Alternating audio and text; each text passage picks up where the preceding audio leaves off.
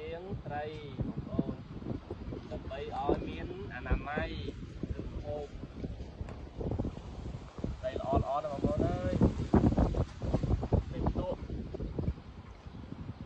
យើងនៅជាក្រុមនេះយើងចេះសាមគ្គីគ្នាជួយលាងចានដាំបាយធ្វើម្ហូបយើងរស់នៅទៅវាមានអីសោះចេះសាមគ្គីគ្នា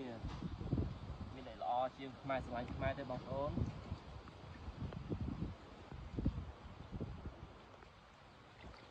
ហើយតាមរយៈវីដេអូនេះដែរសូមផ្ញើជូនបងប្អូនជិតឆ្ងាយទាំងអស់ដែលរស់នៅក្នុងស្រុកខ្មែរនិងក្រៅប្រទេសបើឃើញវីដេអូបងប្អូនហើយដាច់ឲ្យបេះដូងផងបងប្អូនអត់ចង់បានអីទេខាងទាហានព្រំដែននឹងមានតែចង់ឲ្យបងប្អូនស្រឡាញ់រាប់អានមានតែការរាប់អាននេះទេ